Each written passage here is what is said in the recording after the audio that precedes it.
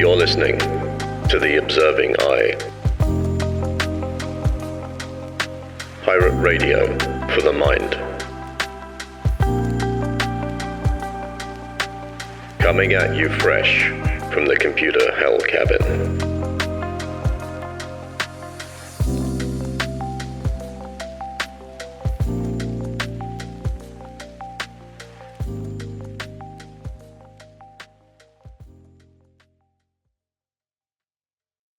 Hello, you beautiful lot. It is Sunday, the 8th of December, 2024, and you are listening to episode 94 of The Observing Eye, coming at you live from the computer hell cabin. Every week we get psychological, philosophical, and all manner of introspective. I'm David, and this week we're going to be exploring Douglas Rushkoff and the age of present shock. Have you ever felt like your life is happening all at once? Like every moment is stacked on top of the last, with no time to breathe, reflect, or even look ahead. Maybe it's the endless pings from your smartphone, the pressure to respond to emails the moment they hit your inbox, or the strange, frantic energy of social media pulling you into a vortex of trends that disappear as quickly as they arrive. It's overwhelming, isn't it? This sense of perpetual now where everything demands your attention at once and yet nothing feels truly meaningful. It's not just in your head. This is the world that we've created, the reality that we live in now. And no one has captured this phenomena quite like Douglas Rushkoff. Today we're diving into the work of a living philosopher, media theorist, and digital age critic whose ideas have not just predicted but dissected this very moment in time. Rushkoff calls it present shock. It's the title of one of his most provocative books, and it's a term that describes the collapse of time as we once understood it. We're no longer moving forward in neat linear steps, planning for the future, reflecting on the past. Instead, we are stuck in an endless fragmented present, reacting to the constant noise of modern life. Think about it. How often do you find yourself rushing from one thing to the next, barely able to pause? How often do you feel like you're juggling 1,000 things at once, only to realize that you're barely holding on to any of them? That is present shock. It's not just about stress or busyness, it's about how our relationship with time itself has fundamentally changed. And Rushkoff argues that this isn't just a personal problem, it's a societal one, rooted in the systems and technologies that we have built. In this episode, we're going to unpack what present shock really means, how it's reshaped the way we live, and why it matters. Along the way, we'll explore the deeper philosophical questions that Rushkoff raises. What happens when the stories we tell ourselves break down? When the future feels unreachable and the past starts to slip away? And most importantly, how can we reclaim a sense of humanity in a world that seems designed to overwhelm us? Rushkoff's ideas have changed the way that I think about time, technology, and what it means to be human. And I hope that by the end of this episode, you'll have a slightly different perspective too. So let's dive into the collapse of time, Douglas Rushkoff, and the age of present shock.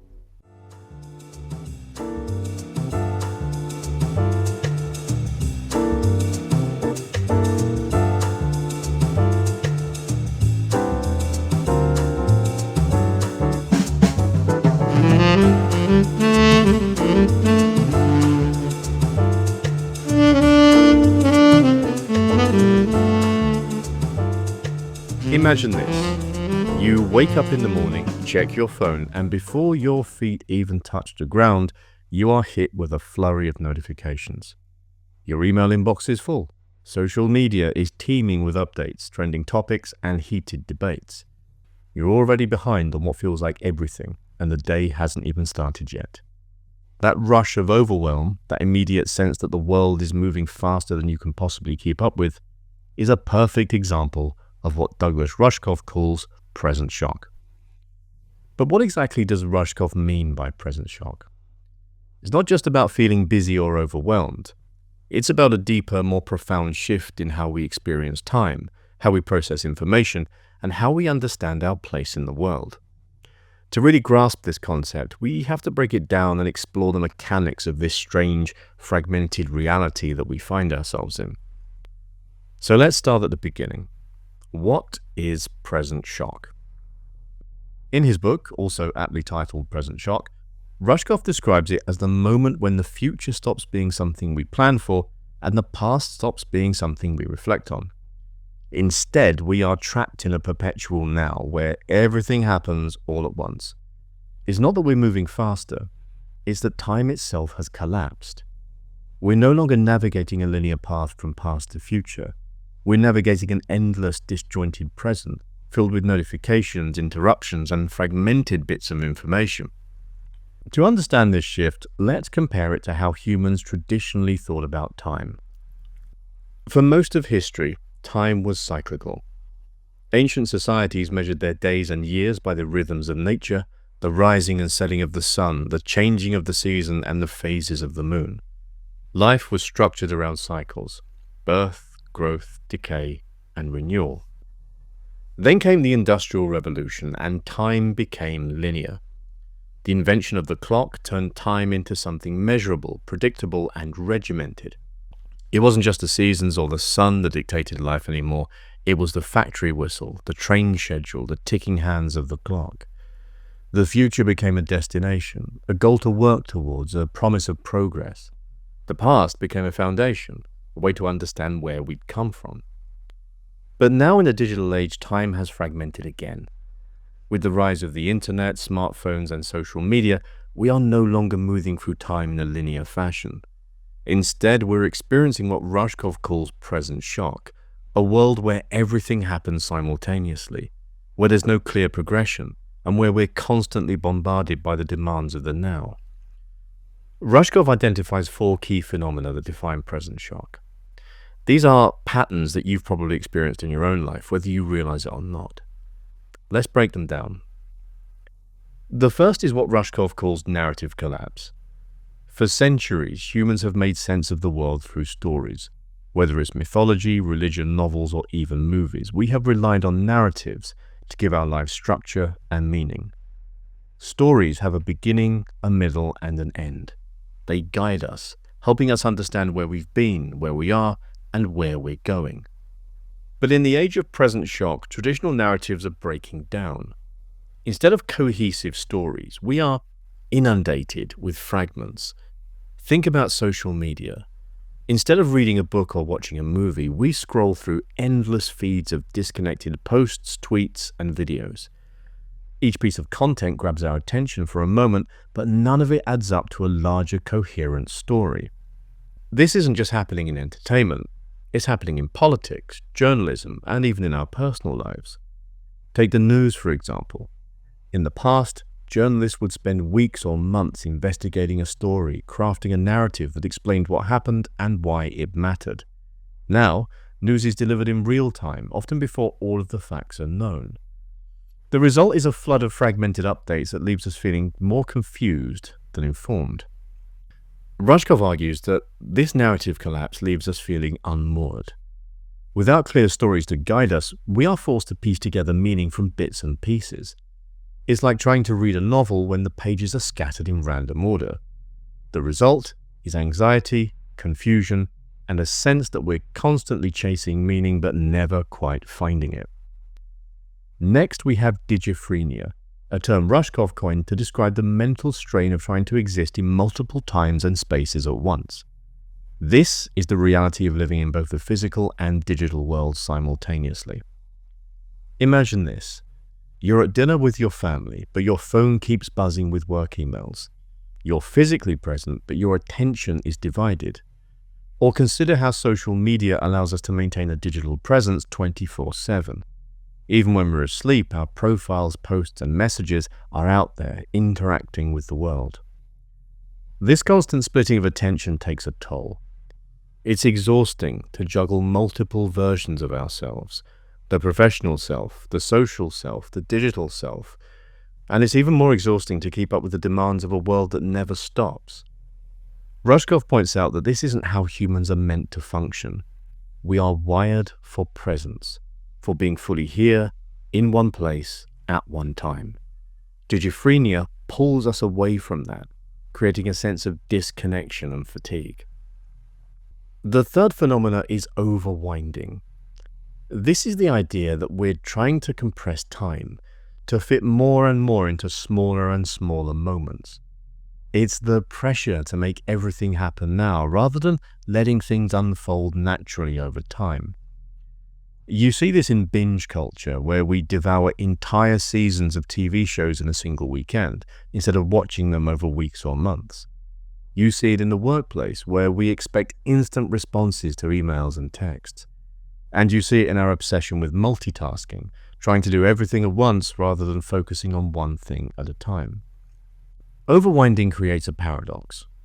On the one hand, it makes us feel like we're accomplishing more. But on the other hand, it leaves us feeling rushed, stressed, and disconnected. By trying to squeeze the future into the present, we lose the ability to savor the moment. Finally, there's fractal noia, the desperate search for patterns in chaos. In a world where we are constantly bombarded with information, our brains are wired to find meaning. But often, we end up seeing connections where there aren't any at all. This is especially common online, where algorithms feed us content that reinforces our biases. The result is a kind of digital paranoia, where we start to see patterns in random data.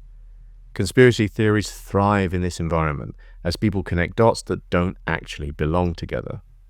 Fractal noia is a symptom of a deeper problem, the sheer volume of information that we're exposed to. When everything demands our attention, it becomes impossible to separate signal from noise. We're left grasping at straws, trying to make sense of a world that feels increasingly chaotic. So that's present shock in a nutshell. Narrative collapse, digiphrenia, overwinding, and fractal noia. These phenomena are the reality of life in the digital age. They explain why we feel so rushed, so overwhelmed, and so disconnected. But they also give us a framework for understanding what's happening and ultimately for finding a way out.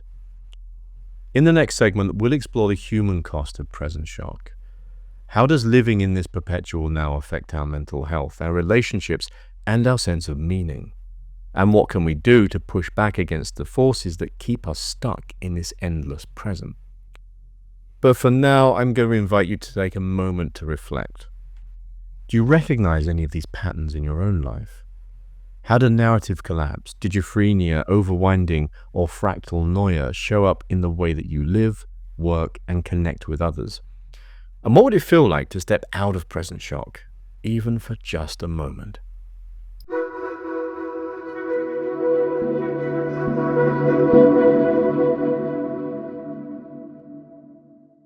If you've ever ended a day feeling drained, overwhelmed, or like you've been running in circles without getting anywhere, you've likely felt the human cost of present shock. This isn't just a theoretical concept. It is an experience that profoundly shapes our lives, relationships, and mental health.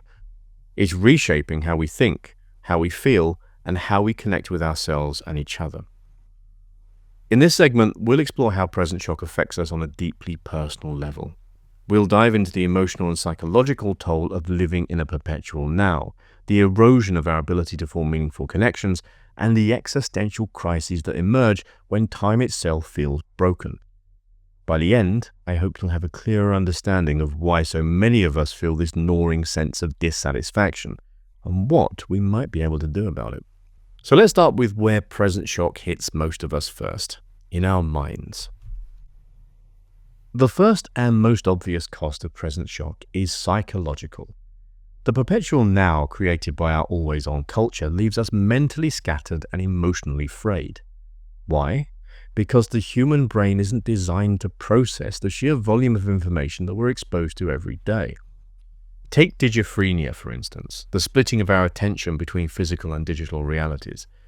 Think about how many times a day you shift focus from answering a work email to replying to a text message, then checking social media, only to jump back into a meeting or a conversation with a friend. Each of these transitions requires mental energy, and over time, all of that adds up.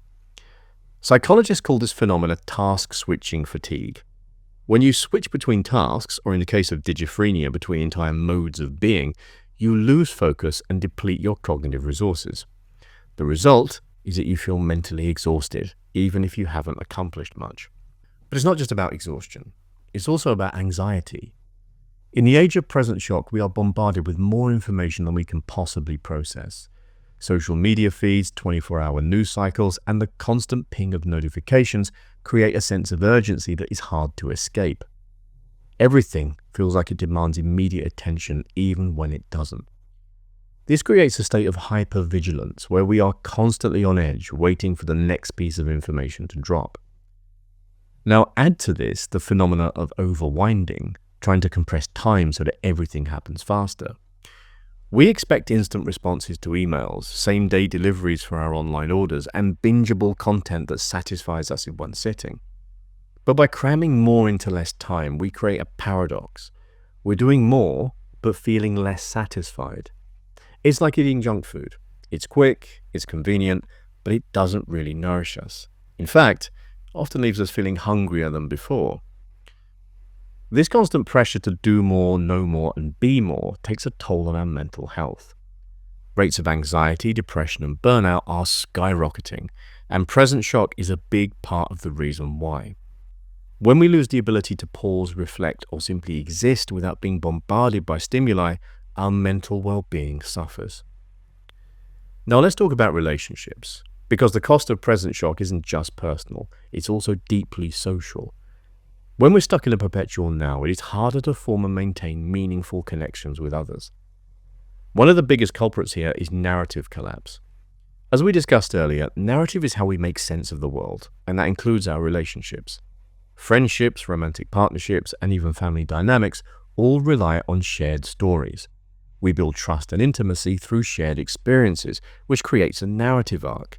This is how we met, this is what we've been through together, and this is where we're going. But in the age of present shock, these narratives are harder to sustain. Instead of deep, ongoing connections, we're more likely to experience fleeting interactions, likes, comments, and DMs that give the illusion of connection but lack substance. Social media, for all its benefits, often fragments our relationships into bite-sized pieces. We keep tabs on each other's lives, but we don't engage in the kind of deep, meaningful conversations that build true intimacy. And it's not just about the quality of our interactions, it's about the time we dedicate to them. Overwinding encourages us to prioritize efficiency over depth. Why spend hours catching up with an old friend when you can send a quick text or react to their latest post?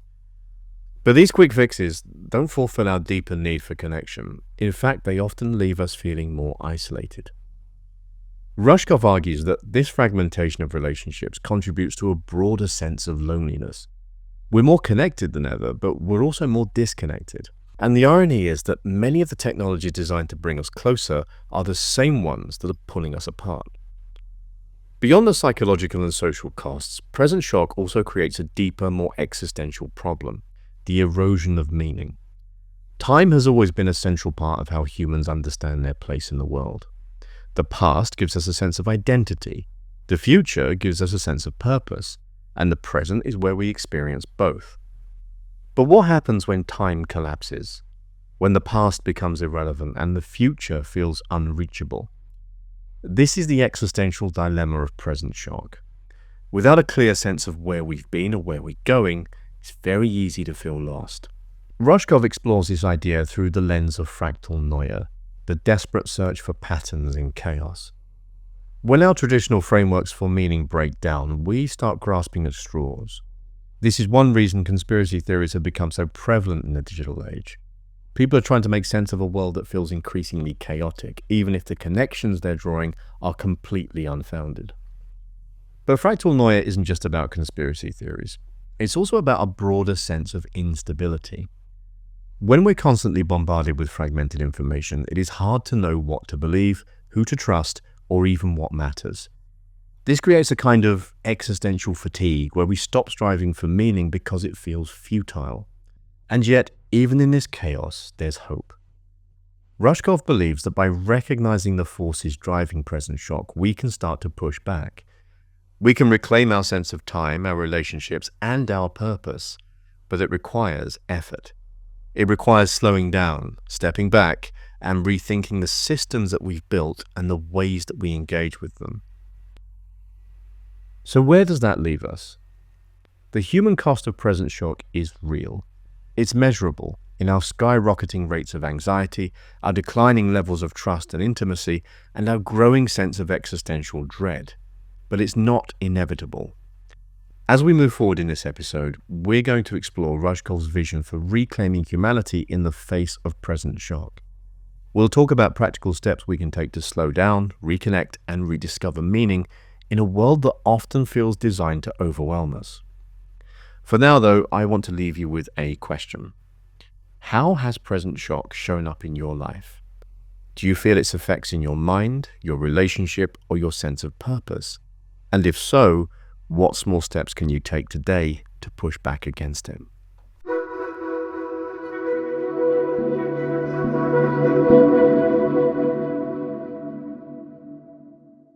If present shock has left us feeling scattered, anxious, and disconnected, the natural question is, can we escape it? Is it even possible to reclaim a sense of time, purpose, and humanity in a world that seems intent on overwhelming us? Douglas Rushkoff thinks that we can. He's not a pessimist, and his work isn't just a critique of the digital age. It is a call to action as a human being, a challenge to step back, reassess, and find new ways to navigate our hyper-connected reality. In this segment, we're going to explore how Rushkoff believes we can escape present shock. We'll look at his vision for reclaiming time and connection, discuss practical strategies for living more intentionally, and dive into the philosophical ideas that can help us find meaning in the chaos. This isn't about retreating into the past or rejecting technology, just to be clear. This is about learning to use these tools in a way that serves us rather than the other way around. Let's start with Rushkoff's most fundamental argument, the need to reclaim time. One of the central ideas in present shock is that our relationship with time has become distorted.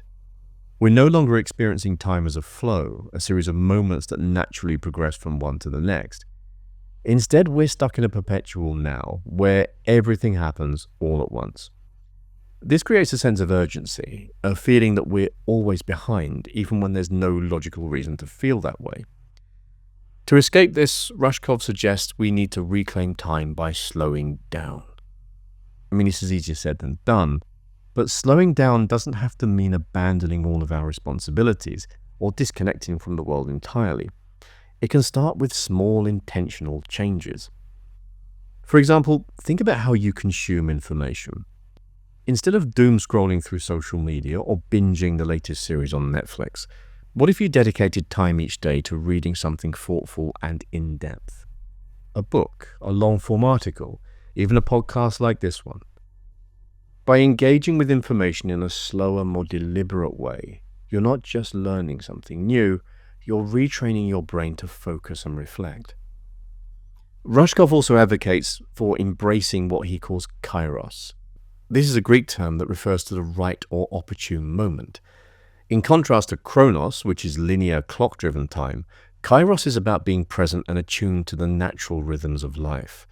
It's the difference between rushing to get things done and recognizing when the time is right to act. Think about your own life for a moment. Are there areas where you could slow down, even just a little? Maybe it's taking a walk without your phone, or savoring a meal instead of eating on the go, or spending time with loved ones without the constant interruptions of notifications. These small shifts might not seem like much, but they can make a big difference in how you experience time. If reclaiming time is the first step, the second is reclaiming connection.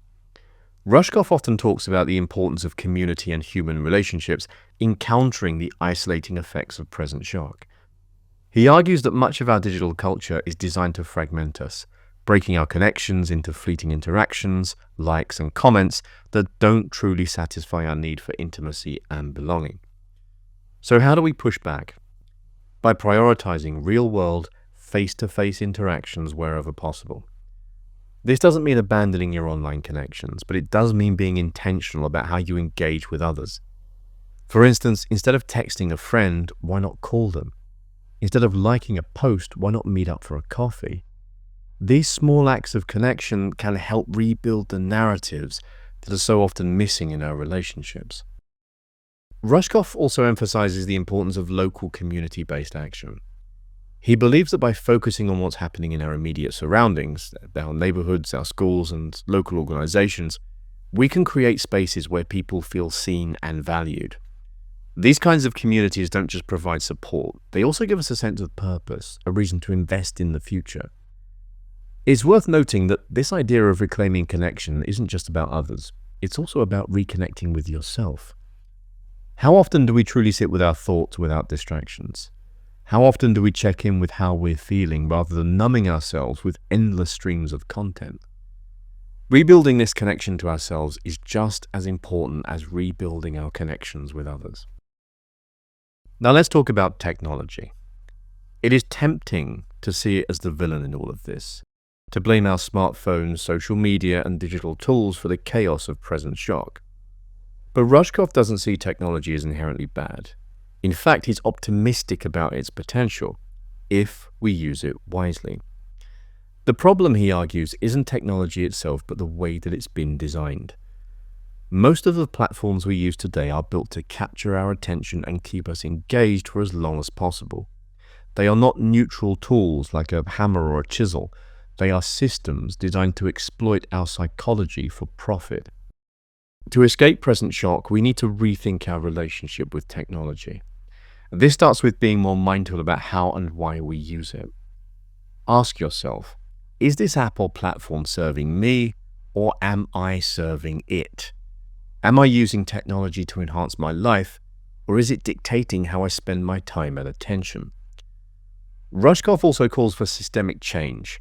He believes we need to design technologies that prioritize human need over corporate profit. Imagine a social media platform that encourages meaningful connections rather than endless scrolling, or a news app that prioritizes context and understanding over clickbait. These kinds of tools are certainly not impossible. They just require us to demand better from the companies that create them. Until those systemic changes happen, though, there are steps we can take as individuals.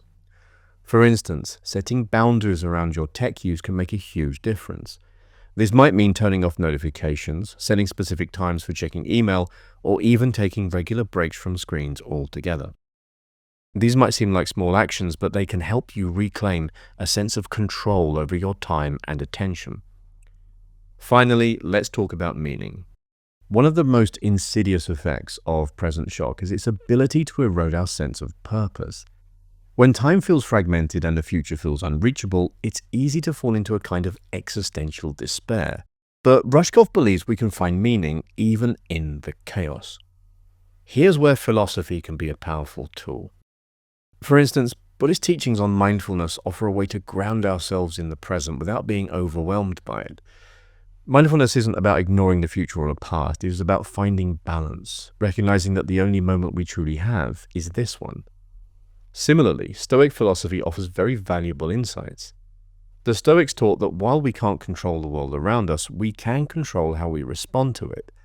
This idea is especially relevant in the age of present shock, where so much feels beyond our control. By focusing on what we can change, our thoughts, our actions, and our attitudes, we can find a sense of stability in an otherwise unstable world. Rushkoff himself often emphasizes the importance of living with intention. This means being clear about your values and priorities and aligning your actions with them. It's about asking yourself, what really matters to me? And how can I live in a way that reflects those values even in the midst of chaos? So, can we escape present shock?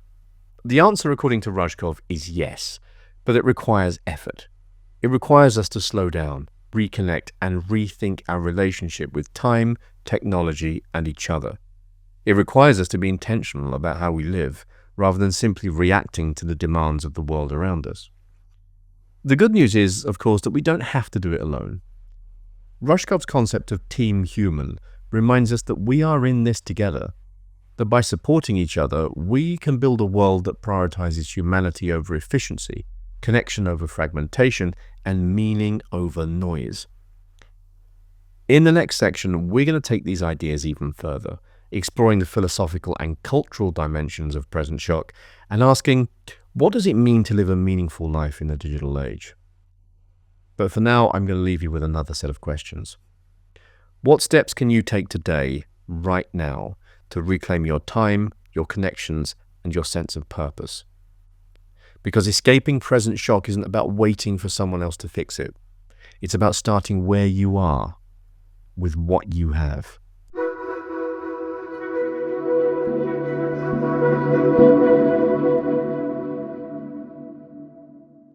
Time. It's one of the most fundamental aspects of our existence. It shapes how we think, how we act, and how we understand our place in the world. Yet, as we've explored throughout this episode, time as we know it has been profoundly disrupted by the forces of present shock. The linear, predictable flow of time has fragmented into a chaotic, perpetual now, leaving many of us feeling completely adrift. But what does this collapse of time really mean? How has our understanding of time evolved across cultures and history? And perhaps most importantly, how can philosophy help us navigate the disorientation of present shock? In this final section, we're going to explore the philosophy of time itself, drawing from both ancient wisdom and modern insights to uncover new ways of thinking about our relationship with time. Let's begin by traveling back in time, ironically enough, to understand how we got to this point. For most of human history, time wasn't something to be measured or controlled.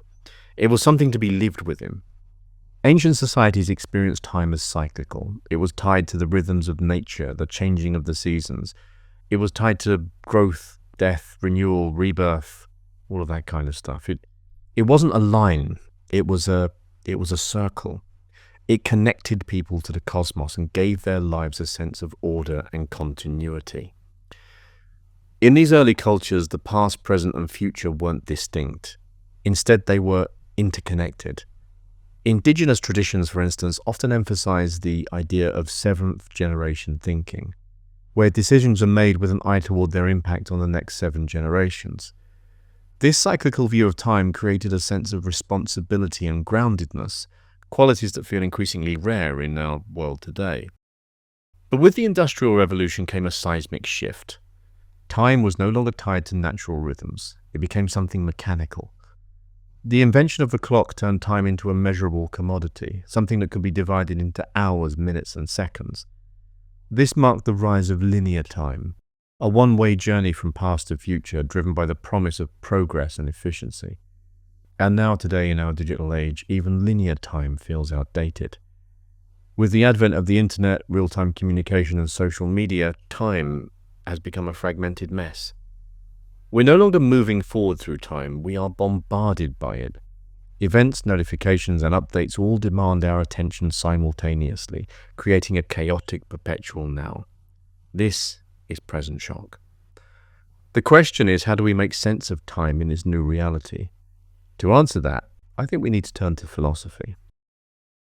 One of the most useful frameworks for understanding time comes from the ancient Greeks, who had 2 distinct words for it, and we mentioned these earlier: chronos and kairos. Chronos refers to chronological time. It's the kind we measure with clocks and calendars. It's linear, quantitative, and focused on sequences, past, present, and future. Chronos is the time of schedules, deadlines, and to-do lists. Kairos, on the other hand, much more my kind of time, is qualitative. It refers to the right or opportune moment. Kairos isn't about measuring time, it's about experiencing it. It's the difference between rushing through a day filled with tasks and pausing to enjoy a moment of beauty or insight.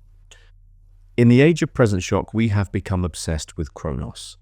We try to cram as much as possible into every moment, valuing speed and efficiency over depth and meaning. But kairos reminds us that not all moments are created equal. It encourages us to slow down, to listen to our instincts, and to act when the time is right. Think about your own life for a moment. Are there times when you've experienced kairos, when time seemed to stand still and you felt fully present? These moments are rare, but they are exceptionally meaningful. They remind us that time isn't something we measure, it's something we live. The idea of living in the moment resonates deeply with Buddhist philosophy. In Buddhism, the present moment is the only moment that truly exists. The past is gone, the future is uncertain. What matters is what's happening right now. But, and this is a crucial but, this isn't the fragmented, chaotic now of present shock. This is a mindful, intentional presence that allows us to experience life fully without being overwhelmed by its demands. Meditation is designed to cultivate this kind of presence. By focusing on our breath, our body, or a specific sensation, we anchor ourselves in the here and now. This doesn't mean ignoring the past or the future. It means finding balance, recognizing that the only moment we can truly control is the present. In the context of present shock, meditation offers a very powerful antidote. It helps us to step out of the chaos, to reconnect with ourselves, and to create a sense of calm amidst all of the noise. But meditation isn't the only philosophical tool we can draw on.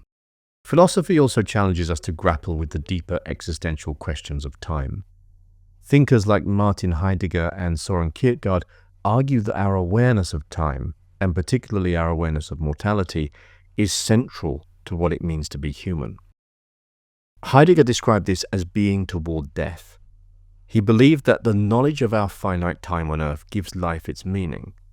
When we're disconnected from this awareness, we lose touch with what really matters. And yet in the age of present shock, we are often so overwhelmed by the immediate demands of the moment that we don't have time to reflect on the bigger picture. Kierkegaard too saw time as a source of both anxiety and opportunity. He argued that while the future is uncertain, it's also where possibility lies. To live authentically, we must embrace this uncertainty and take responsibility for shaping our lives. But how do we do this when the future feels unreachable and the past feels irrelevant? Rushkoff's answer is to focus on what he calls purposeful action. Instead of trying to control time, we can align our actions with our values, creating meaning in the moment, even in the face of uncertainty. It's also worth looking beyond Western philosophy to explore how other cultures understand time. Indigenous traditions, for instance, often view time as relational rather than linear. In these worldviews, the past, present, and future are interconnected, and decisions are made with an awareness of their impact on future generations. Similarly, Taoist philosophy emphasizes the importance of living in harmony with the natural flow of time. The Tao, or way, is about aligning yourself with the rhythms of life rather than resisting them. This doesn't mean passivity at all. It means recognizing when to act and when to wait, when to push forward and when to let things unfold.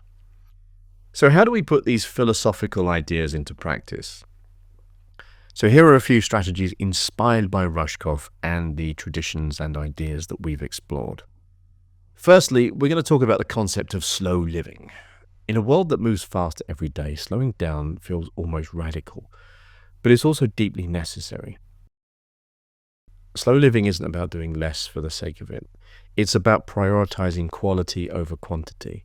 It's about being fully present in what you're doing rather than rushing through life in the blur of multitasking and unfinished tasks. Imagine, if you can, if you will, focusing entirely on one activity at a time, giving it your full attention. Single tasking might feel unfamiliar, even uncomfortable at first, but it's a very powerful way to reclaim a sense of presence. Scheduling downtime is another important step. Instead of packing every moment of your day with activities and obligations, block out time to rest, to reflect, to simply be, to think, to have the human experience. These moments of quiet are essential for reconnecting with yourself. Now let's shift over to relationships. One of the hidden costs of present shock is the way that it fragments our connections with others, as we have discussed previously. To reclaim meaningful relationships, we need to be intentional about how we engage with others. Start by unplugging during interactions. When you're spending time with someone, put your phone away. Please put it in your bag, put it in your pocket. Give them your full attention. Now, I know this sounds really obvious, but in a world where we are constantly distracted, it is a practice that we often overlook. Scheduling regular quality time with loved ones can also make a big difference. Whether it's a weekly dinner, a phone call, or a walk in the park, these moments of connection strengthen the bonds that sustain us. And when you're with others, be present, listen actively, ask meaningful questions, and engage deeply. These are the building blocks of trust and intimacy. Of course, our relationship with technology plays a huge role in our experience of time. Technology can be either a tool or a trap, depending on how we use it. Reclaiming time means setting boundaries with our devices.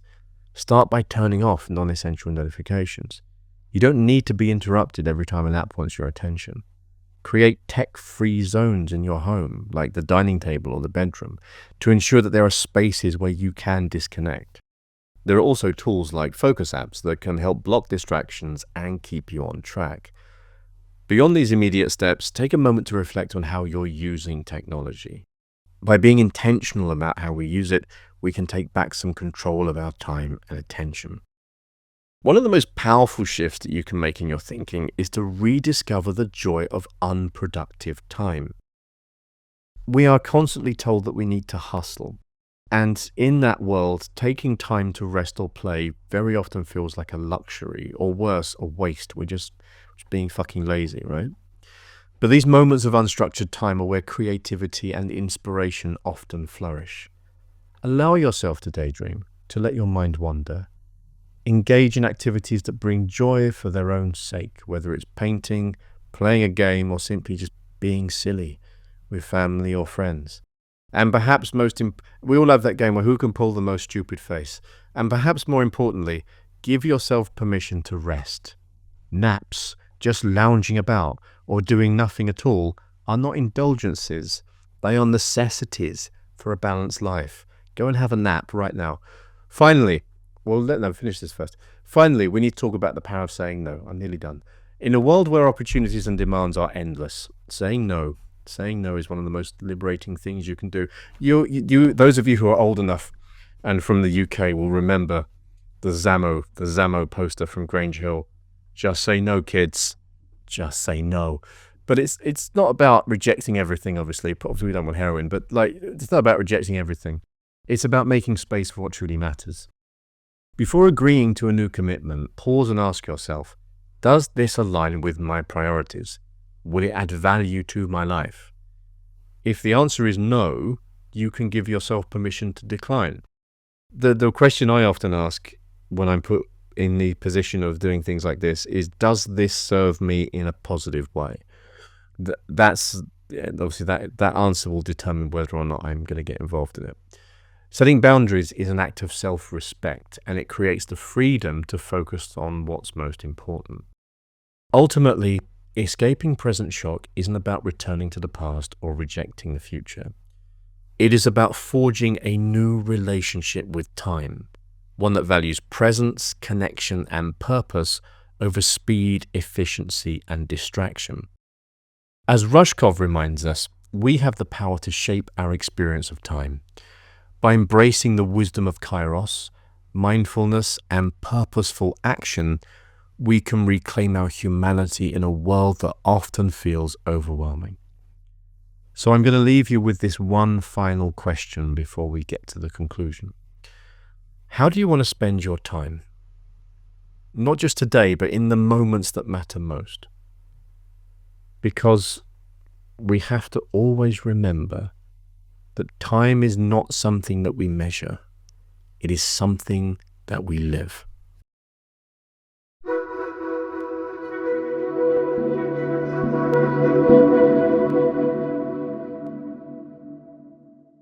And that, ladies and gentlemen, is all I have to say on The Collapse of Time, Douglas Rushkoff and the Age of Present Shock.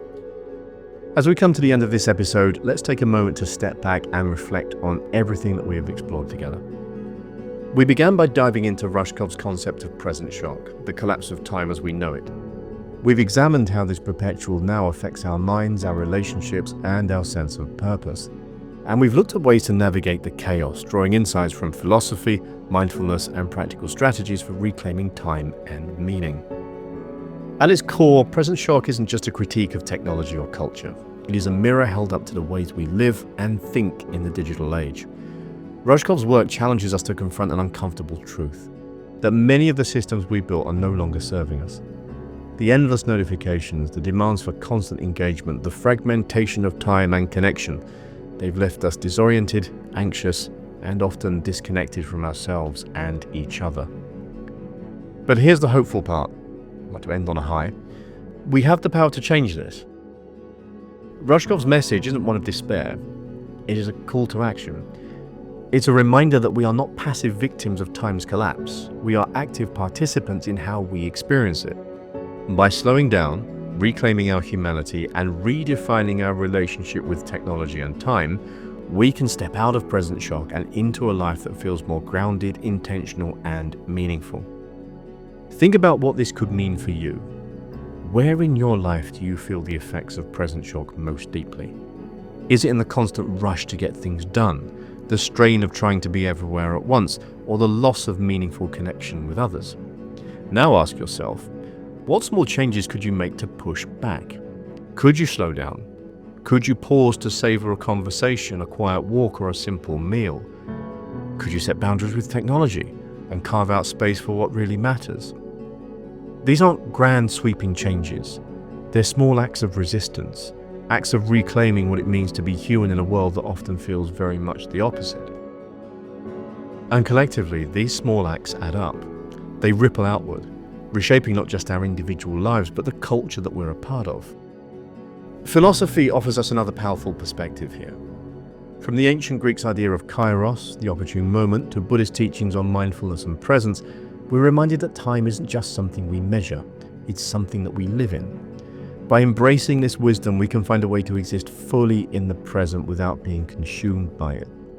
We can learn to balance the demands of Chronos, the ticking clock, with the richness of Kairos, the moments that truly matter. But philosophy also challenges us to think about time in a broader sense. Heidegger's concept of being toward death, Kierkegaard's call to live authentically, indigenous traditions that emphasize the interconnectedness of past, present, and future. All of these perspectives invite us to reflect on how we're spending our finite time on this earth. Are we living in a way that aligns with our values? Are we creating a life that feels meaningful, not just busy? Rushkoff himself offers a powerful vision for the future.